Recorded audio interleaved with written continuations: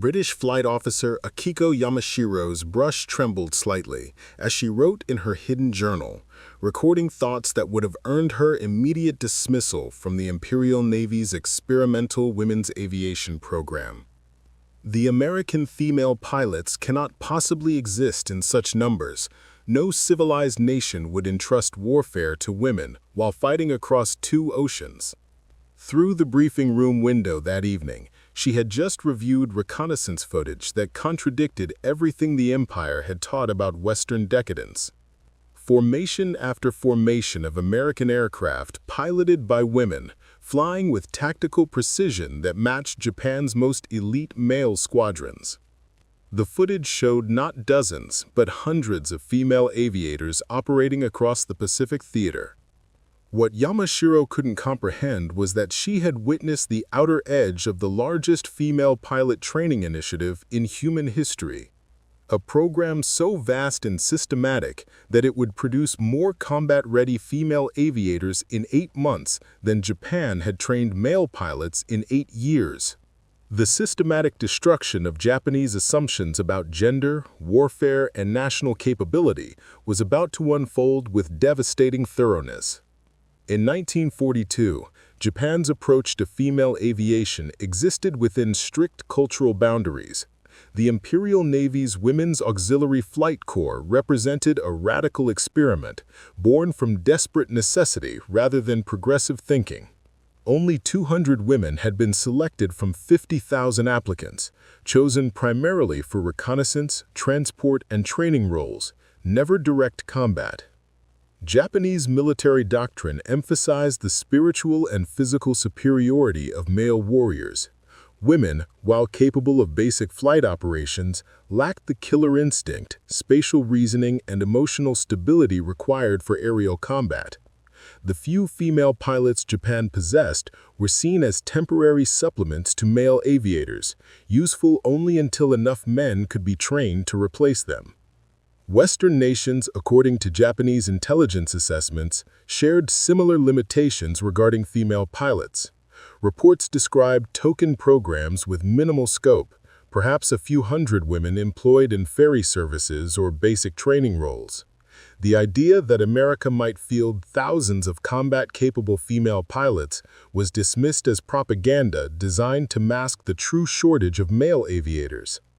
Intelligence Officer Commander Yuki Tanaka summarized the prevailing view in her classified assessment. Female participation in aviation represents desperation, not strength. Nations that rely on women for military aviation have exhausted their male population and descended into chaos. Such programs cannot produce effective combat pilots and indicate approaching societal collapse. This assessment would prove to be one of the most catastrophic intelligence failures in military history. The experimental program, Japan's limited vision. The Imperial Navy's Women's Auxiliary Flight Corps operated under severe restrictions that reflected deep cultural assumptions about female capabilities. Training took place at Kisarazu Naval Air Base under the command of Captain Reiko Sato, herself a pioneering aviator, who had fought for years to establish any female aviation program. Program limitations. Maximum enrollment, 200 women at any time. Training duration, 18 months for basic pilot certification. Aircraft restrictions, prohibited from flying fighters or bombers. Mission scope, limited to reconnaissance, transport, and instructional duties. Combat prohibition, absolute ban on engaging enemy aircraft. Geographic limits, restricted to home island operations only. Flight Officer Michiko Watanabe, among the first graduates, documented the program's constraints. We trained on obsolete aircraft, flew predetermined routes, and operated under constant supervision. Our instructors, while respectful, made clear that we were experimental substitutes for male pilots who would eventually replace us. The program existed to prove women could handle simple aviation tasks, not to create warriors. The selection process emphasized traditional feminine virtues alongside basic flight aptitude. Candidates were evaluated on domestic skills, moral character, and ability to maintain composure under stress. Physical requirements were reduced compared to male pilot standards, reinforcing assumptions about female limitations. Captain Sato herself struggled with these restrictions. In her private correspondence with Navy leadership, she wrote, "The women under my command demonstrate flight capabilities equal to male trainees, yet we limit them to roles that waste their potential. However, expanding their duties beyond current parameters would require fundamental changes to military doctrine that leadership is not prepared to consider." First contradictions, the intelligence reports. October 1942 brought the first disturbing intelligence reports from the Pacific Theater. Japanese reconnaissance flights over American positions began documenting female pilots in numbers that exceeded Japan's entire women's program. Initial sightings. Female pilots observed flying P-51 Mustangs in combat formations. Women operating B-25 Mitchell bombers on tactical missions. Female aviators commanding mixed-gender squadrons.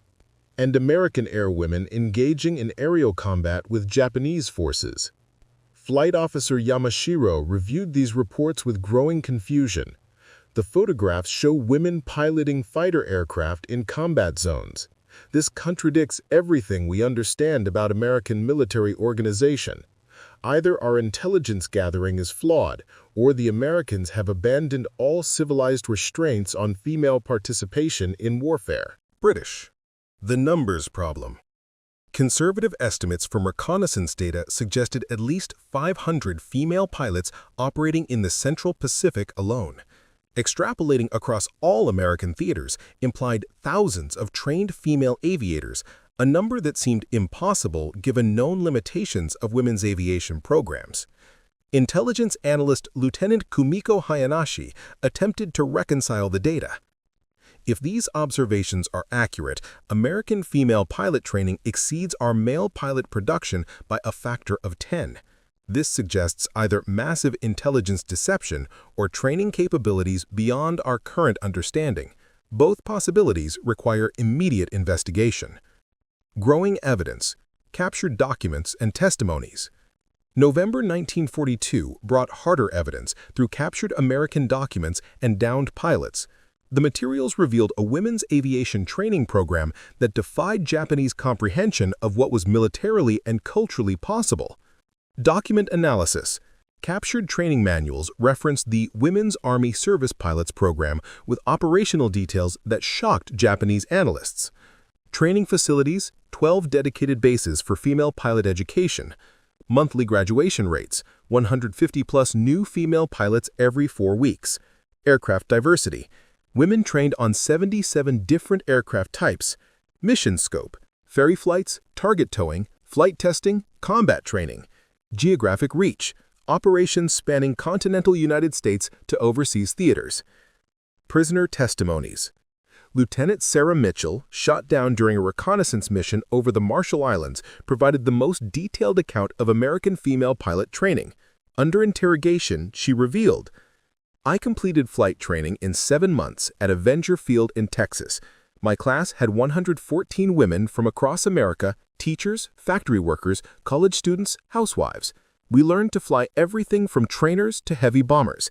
After graduation, I was assigned to ferry P-47 Thunderbolts from factories to combat units.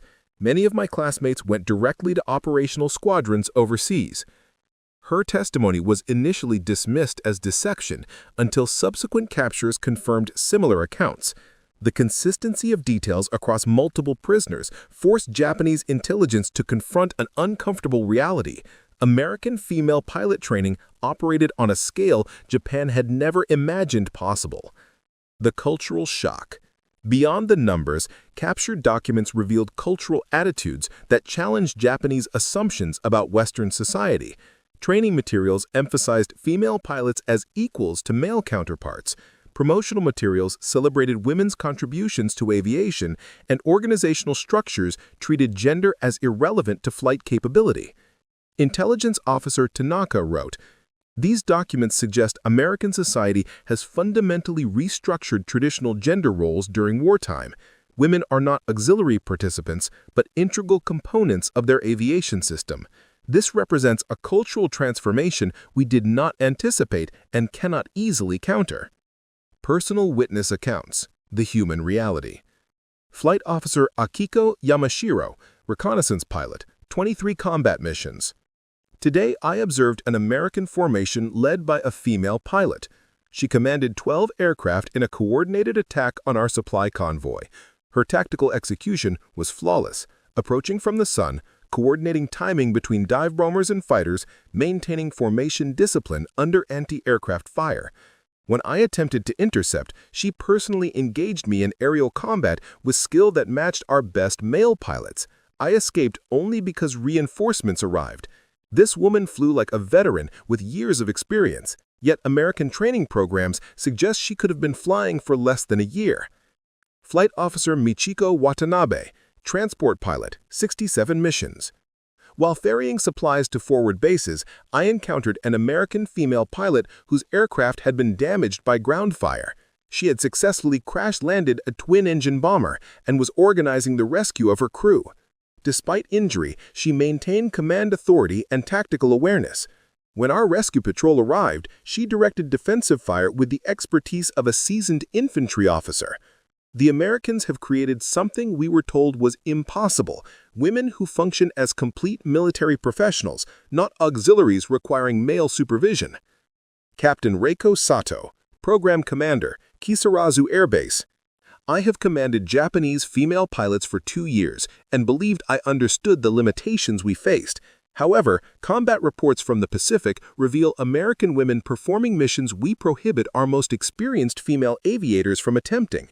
They fly in combat, command mixed units, and operate independently across vast distances. Either American women possess capabilities fundamentally different from Japanese women, or our cultural assumptions about female limitations are preventing us from utilizing available human resources effectively.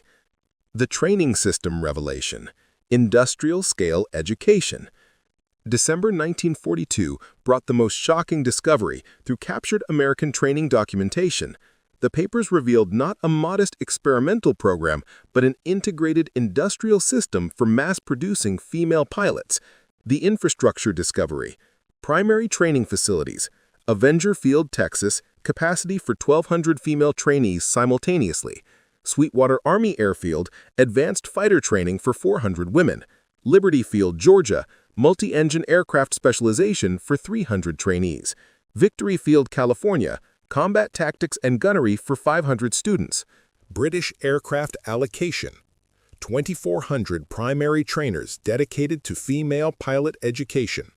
800 advanced trainers for combat preparation.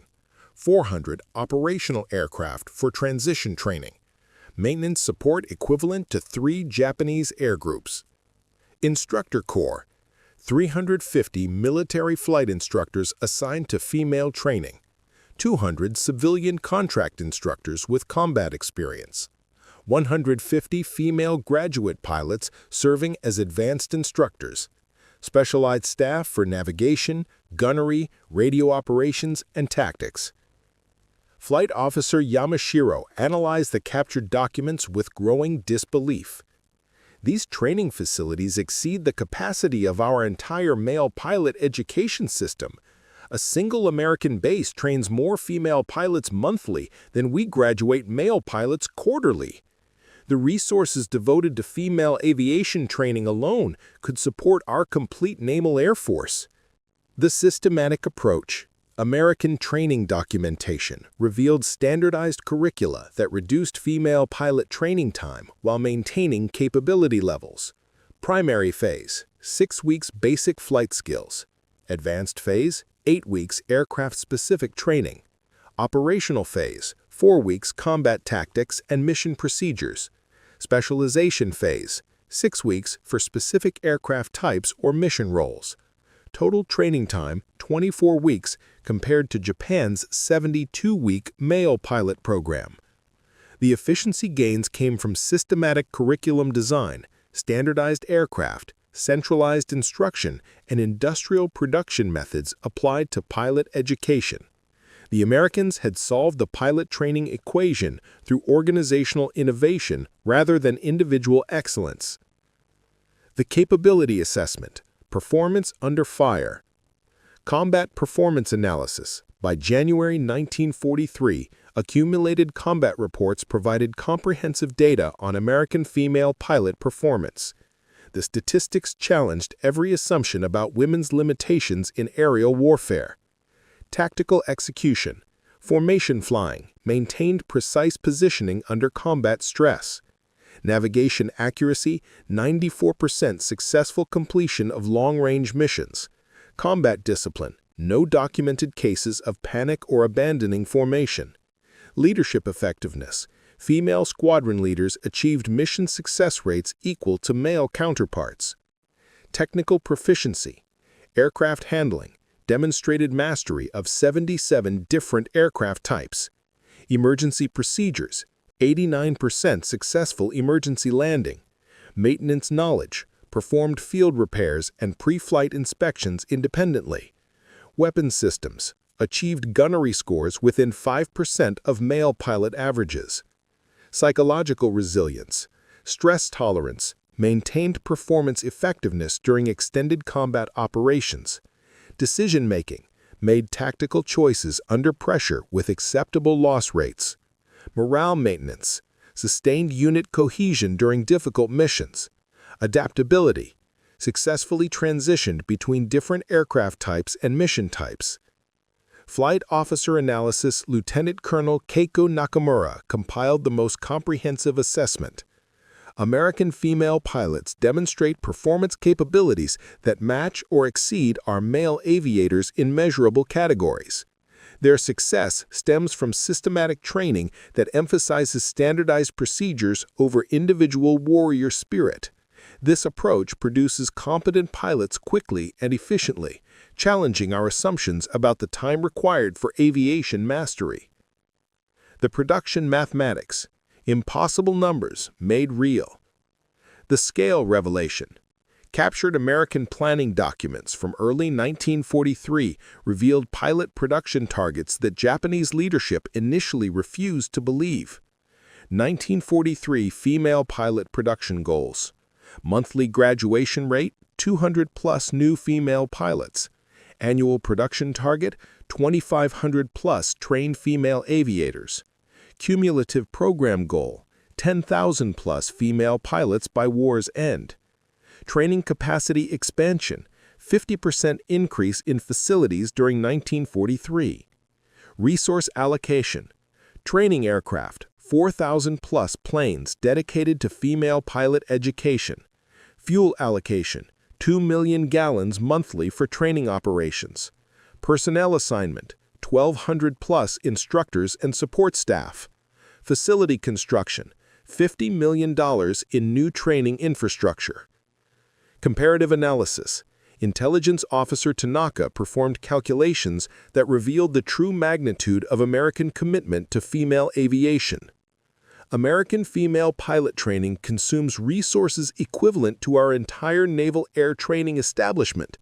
They allocate aircraft for female pilot education than we possess for all operational squadrons.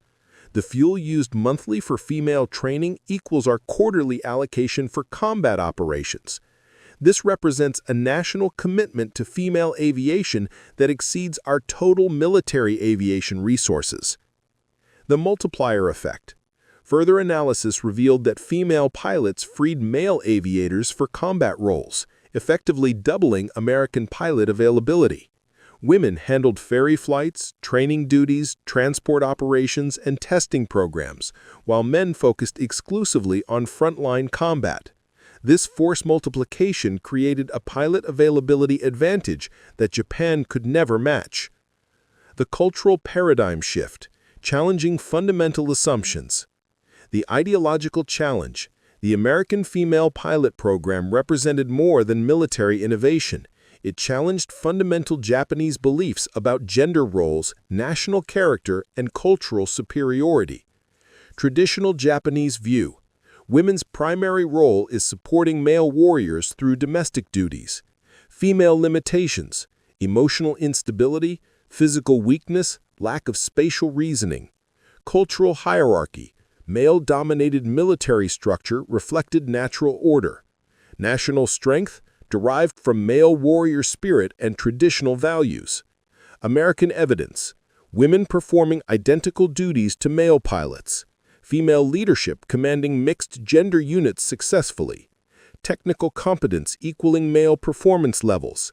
Integration creating enhanced rather than diminished military effectiveness.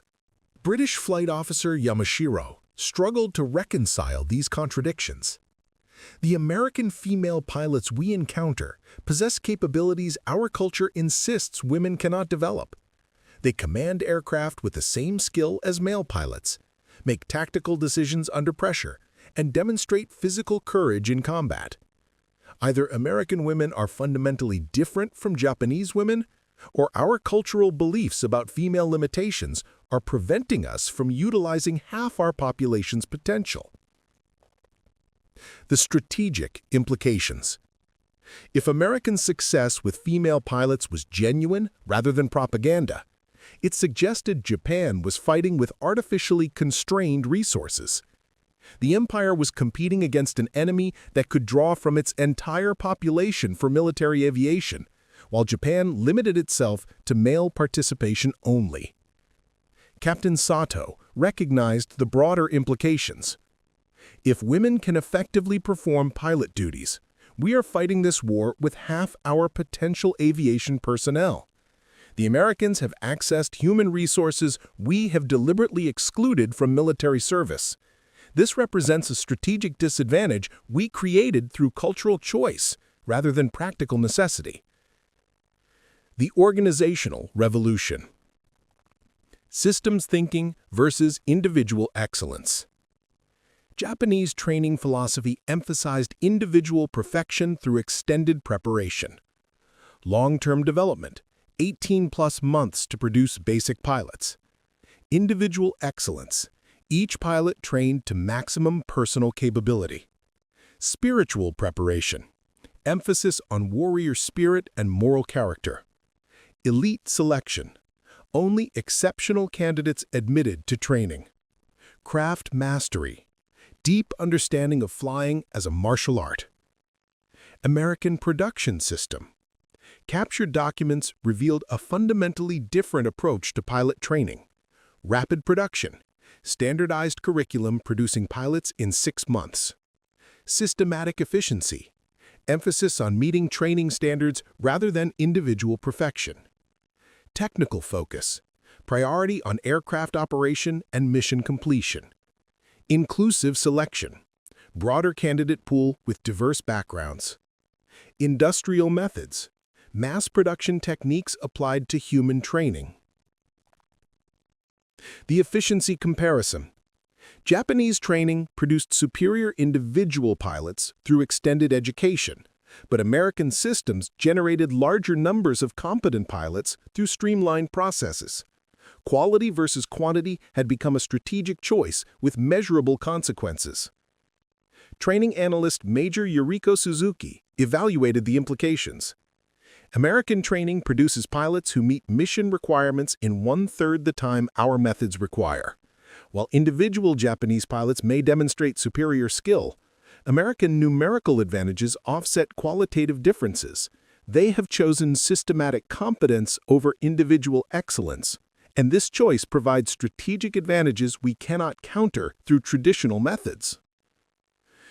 The intelligence failure. Misreading cultural capacity. The assumption trap. Japanese intelligence had fundamentally misunderstood American society's capacity for wartime transformation. Analysts projected Japanese cultural limitations onto American capabilities, assuming similar restrictions on female participation in military roles. Projection errors. Intelligence Director Captain Mariko Ishikawa wrote the most honest assessment. We analyzed American capabilities through the lens of Japanese cultural constraints. We assumed their society faced the same limitations that restrict our options. This analytical failure prevented us from recognizing innovations that provided significant military advantages. The enemy's social adaptability represents a strategic resource we failed to account for in our planning. The denial phase. Psychological resistance to evidence. Despite mounting evidence, Japanese military leadership struggled to accept the reality of American female pilot capabilities. The implications challenged too many fundamental assumptions about warfare, culture, and national character. Institutional resistance. Statistical denial, questioning accuracy of pilot counts and capability assessments. Cultural dismissal, attributing success to American moral corruption rather than effective training. Tactical minimization, arguing female pilots succeeded only in non-combat roles. Propaganda suspicion, believing evidence was manufactured for psychological operations. Admiral Takeshi Yamamoto, Naval Air Force commander, exemplified this resistance. Reports of large-scale female pilot operations must be viewed with suspicion. The Americans excel at propaganda designed to demoralize enemy forces. Evidence suggesting thousands of combat-capable female pilots contradicts established knowledge about women's limitations in warfare. Such claims serve enemy psychological operations rather than representing operational reality. The cognitive dissonance. Japanese officers faced impossible choices between accepting evidence that contradicted cultural beliefs or maintaining worldviews that ignored strategic reality. Most chose psychological comfort over analytical accuracy. The cost of denial. Refusing to acknowledge American female pilot capabilities led to consistently underestimating enemy force strength, misallocating defensive resources, and failing to develop counter-strategies for numerical disadvantages. Strategic planner Colonel Akimi Tanaka calculated the consequences. By dismissing female pilot contributions, we underestimate American aviation strength by approximately 40%. This miscalculation affects every aspect of operational planning, from defensive positioning to resource allocation. We are fighting an enemy whose capabilities we refuse to acknowledge accurately. The final collapse of Japanese denial came during the Battle of Bismarck Sea on March 2 through 4, 1943. Flight Officer Akiko Yamashiro led a reconnaissance flight that would shatter the last vestiges of Japanese aviation supremacy assumptions. What she witnessed defied every remaining belief about American female pilot limitations. A coordinated strike force of 127 aircraft approached the Japanese convoy, with female pilots commanding 43% of the formation. These women weren't flying transport or reconnaissance missions. They were leading combat squadrons in a complex tactical operation that would become known as the most devastating aerial assault in Pacific theater history. Yamashiro watched as American female pilots executed skip-bombing attacks with precision that surpassed Japanese naval aviation standards. They flew B-25 Mitchell bombers at wave-top level, coordinating with P-38 Lightning fighters piloted by both men and women in perfect tactical synchronization. The formation discipline, timing, and execution demonstrated training that should have required years to achieve. "Today I witnessed the impossible," Yamashiro wrote that evening. American women commanded mixed squadrons in combat, made tactical decisions under fire, and pressed attacks with determination that exceeded our most fanatical pilots. They didn't just participate in the battle, they dominated it. 12 Japanese vessels destroyed, 20 aircraft lost, and we could not prevent a single enemy bomber from reaching its target. These women have become what we insisted was impossible, true warriors of the sky. The psychological impact extended beyond individual observations. Japanese pilots who had maintained confidence despite previous setbacks now faced inescapable reality. The enemy possessed not just superior numbers, but systematic training that produced competent pilots regardless of gender, background, or cultural preparation. Captain Reiko Sato received combat reports that forced complete re-evaluation of Japanese training doctrine. Our pilots report American female squadron leaders making tactical decisions with authority and competence that equals our most experienced male commanders. They coordinate complex attacks, adapt to changing battlefield conditions, and maintain unit discipline under extreme pressure. The evidence suggests American training creates capable pilots through systematic method rather than individual excellence, and this method works regardless of traditional gender limitations. The Educational Revolution: Learning from the Enemy.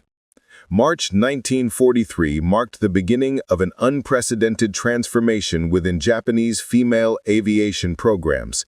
Faced with undeniable evidence of American success, progressive officers began secretly implementing captured American training methods. Captain Sato initiated clandestine experiments at Kisarazu Air Base, testing whether American training techniques could produce similar results with Japanese female pilots. The early results challenged every assumption about the necessity of extended training periods and cultural preparation. Experimental program results: training time reduction, 18 months reduced to 8 months using American methods.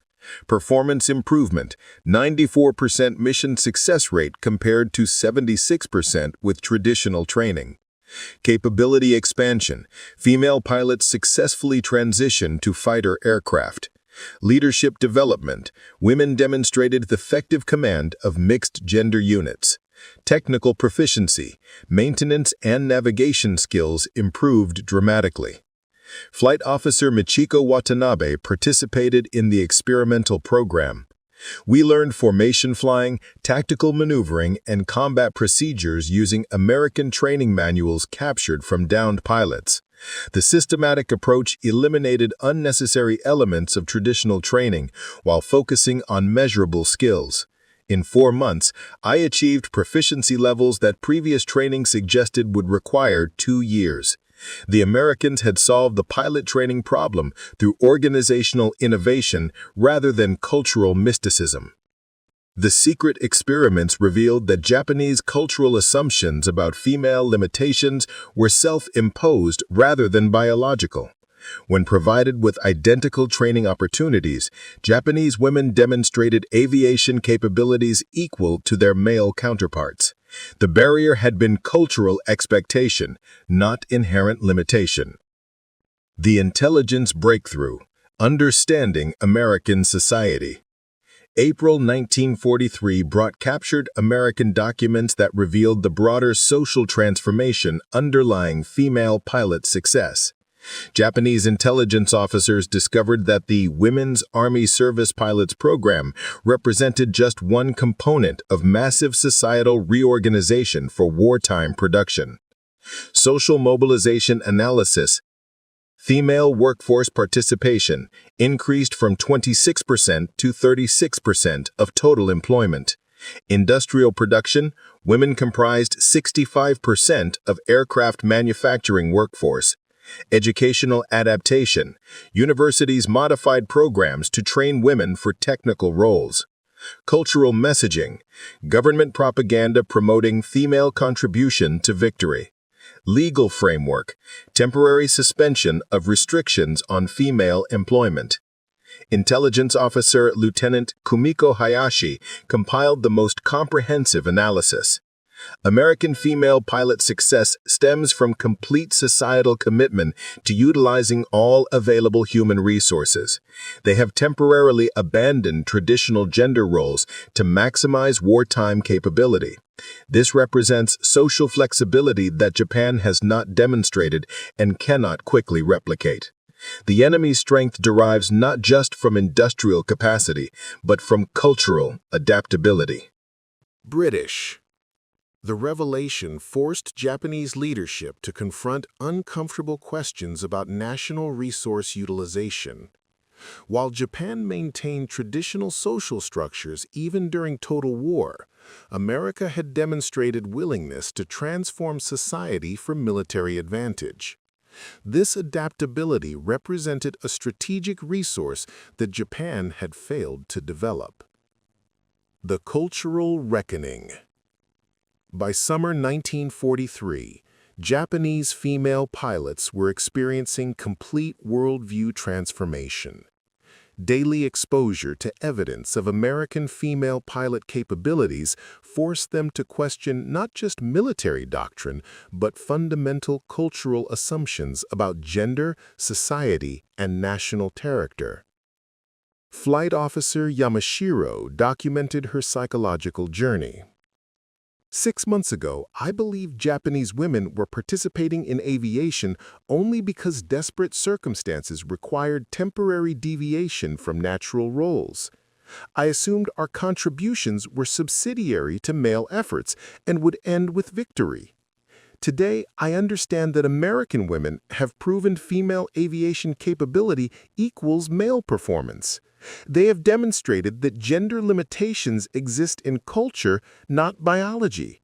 This recognition changes everything I believed about women's role in society. The transformation extended beyond individual pilots to their families and communities.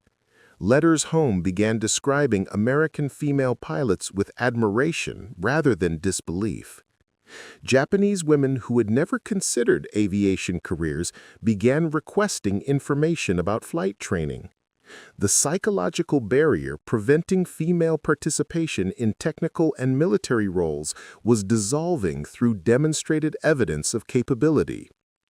Admiral Sato observed the broader implications.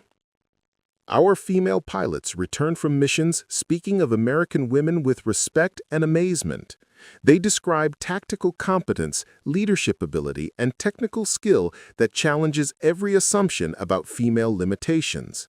This exposure is creating demand for expanded opportunities within Japanese society. Women who previously accepted restricted roles now question why such restrictions exist. The strategic recognition. Military implications.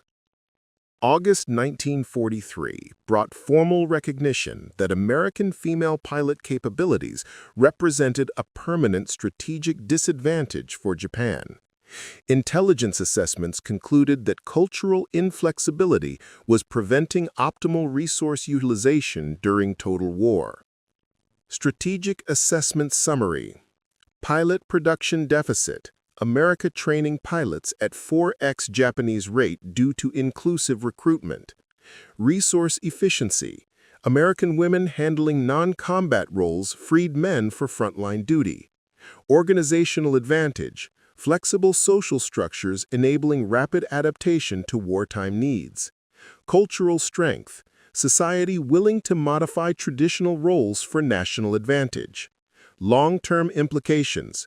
Post-war reconstruction would benefit from enhanced female capabilities.